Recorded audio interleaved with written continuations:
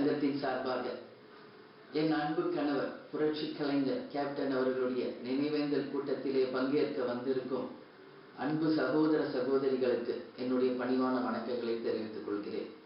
Captain அவர்கள் மதுரையில் பிறந்து தன்னுடைய தொழிலாகிய ரைஸ் மில் ஆலையில் தன்னுடைய தொழிலை தொடங்கி 1978 சென்னையிலே கலைத்துறையில் தன் கால்களை பதித்து தன்னுடைய நற்குணங்களாலும் கடின உழைப்பாலும் விடா முயற்சியாலும் எத்தனையோ வெற்றிகளை தோல்விகளை சவால்களை எதிர்நீச்சல் போட்டு வெற்றி பெற்று தன்னுடைய நற்குணங்களாலும் அனைவருக்கும் உதவும் அந்த நற்பண்புகளாலும் அனைவரையும் சமமாக கருதும் அந்த நல்ல எண்ணத்தாலும் அனைவரிடத்திலும் ஒரு நண்பராக குடும்ப உறுப்பினராக அவர்கள் உள்ளத்தில் நீங்கா இடத்தை பெற்றிருக்கிறார்.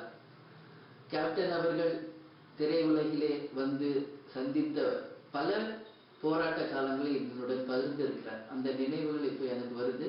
இதே கோடம்பாக்கத்தில் நடந்து சென்று ஸ்டூடியோக்களில் வாய்ப்பு தேடி அந்த கஷ்டப்பட்ட காலத்திலிருந்து நடிகர் சங்க தலைவராகி எதிர்கட்சி தலைவராகும் வரை தன்னுடைய வாழ்க்கையை எதிர்நீச்சல் போட்டு கடின உழைப்பை மட்டுமே தன்னுடைய ஒரே கோலா வச்சு உழைத்தவர் கேப்டன் அவர்கள். அவருடைய திரைப்படங்கள் எத்தனையோ திரைப்படங்கள் சில்வர் ஜூப்ளி நடந்திருக்கு, எத்தனையோ படங்கள் தோல்வியும் அடைஞ்சிருக்கு. கேப்டனுடைய திரைப்படங்கள்ல முத்திரை பதித்தது அவருடைய சண்டை காட்சிகள். குடும்ப ஒரு கிராமத்து இளைஞராக அனைத்து கிராம மக்களின் மனதிலும் நீங்க இடம் பிடிச்சவர் தலை கேப்டன் அவர்கள். அதே போல தன்னுடைய காவல்துறை நடிப்பு மூலமும் நாட்டுக்கு நம்மளுடைய தேசத்திற்காக பாடுபட்ட ஒரு இளைஞராகவும் இராணுவ அதிகாரியாகவும் குடும்ப தலைவராகவும் அவருடைய திரைப்படங்கள் அனைவருக்கும் ஒரு எடுத்துக்காட்டாகவே இன்றளவும் இருக்கிறது. ஒரு திரைப்படத்தின் மூலமாக ஒரு நல்ல கருத்துக்களை மக்களிடம் நாம் கொண்டு செல்ல வேண்டும் என்பதில் கேப்டன் அவர்கள் எப்பொழுதுமே உறுதியாக இருந்தார். அது மட்டும் இல்லாமல் தான் வாழ்ந்த காலம் தன்னால் முடிந்த உதவியை எல்லோருக்கும் செய்யணும், எல்லோரையும் சமமாக மதிக்க வேண்டும், அனைவருக்கும் சமமான உணவு சமமான ஒரு வாழ்க்கை இருக்கணும் அப்படின்னு சொல்லி நிச்சயமாக உறுதியாக இருந்தவர் கேப்டன் அவர்கள். இன்றைக்கு கேப்டன் நம்ம கூட இல்லை அப்படின்னு நீங்க யாரும் நினைக்க வேணாம். அவருடைய ஆன்மா நம்ம கூட தான் இருக்கிறது. கேப்டனுடைய இறுதி பயணத்திலே நேரடியாக வந்து பங்கேற்ற அனைவருக்கும் என்னுடைய நன்றிகளை இந்த நேரத்தில் தெரிவிச்சுக்கிறேன்.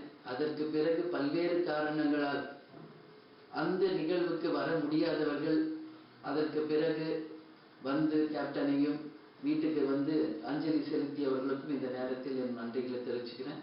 ஏதோ ஒரு சூழ்நிலை காரணமாக அவருடைய இறுதி பயணத்திலே பங்கேற்க முடியாத ஒரு நிலை ஏற்பட்டு எந்த ஒரு சூழ்நிலையில் வந்து அவருக்கு பங்கேற்க முடியலையே அப்படின்னு நீங்க எங்கேயோ இருந்தாலும் உங்கள் எண்ணம் நிச்சயம் கேப்டன் கிட்ட தான் இருந்திருக்கும் என்பதுல எந்த விதமான ஐயப்பாடும் எங்களுக்கு கிடையாது. அதனால கேப்டனுடைய இறுதி பயணத்திலே பங்கேற்ற எல்லோருக்கும் எங்கள் குடும்பத்தின் சார்பாகவும் நன்றிகளை நான் தெரிவிச்சுக்கிறேன். கேப்டன் அவர்கள் ஆன்மா நிச்சயம் நம்மளுடன் இருந்து வழி நடத்தும். கேப்டனுடைய புதல்வர்கள் இருவரையும் நான் வந்து எங்க பசங்களை அங்க அனுப்பியிருக்கேன்.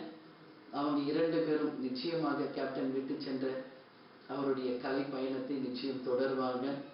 அது மட்டும் கிடையாது, கேப்டன் இருந்த வரைக்கும் எங்களுக்கு எல்லா உதவிகளும் கிடைச்சது.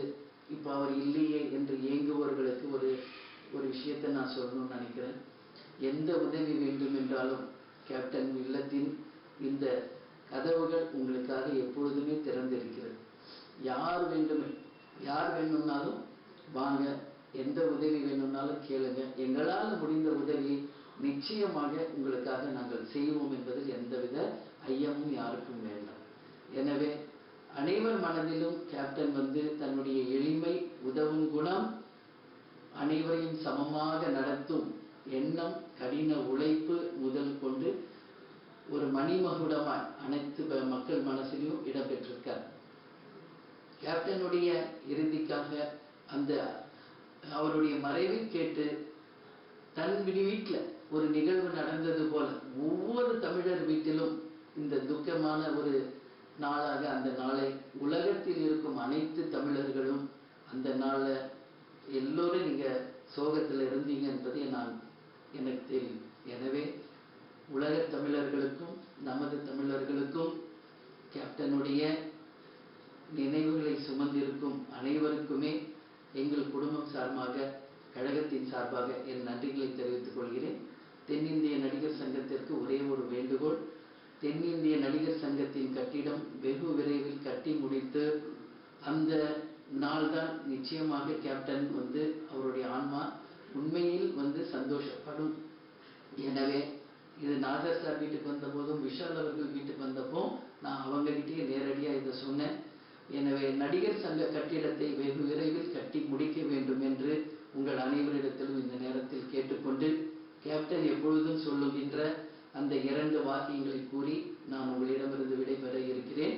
தமிழன் என்று சொல்லடா, தலை நிமிர்ந்து நில்லடா, இயன்றதை செய்வோம் இல்லாதவர்க்கே என்று கூறி உங்களிடமிருந்து விடைபெறுகிறேன். நன்றி, வணக்கம்.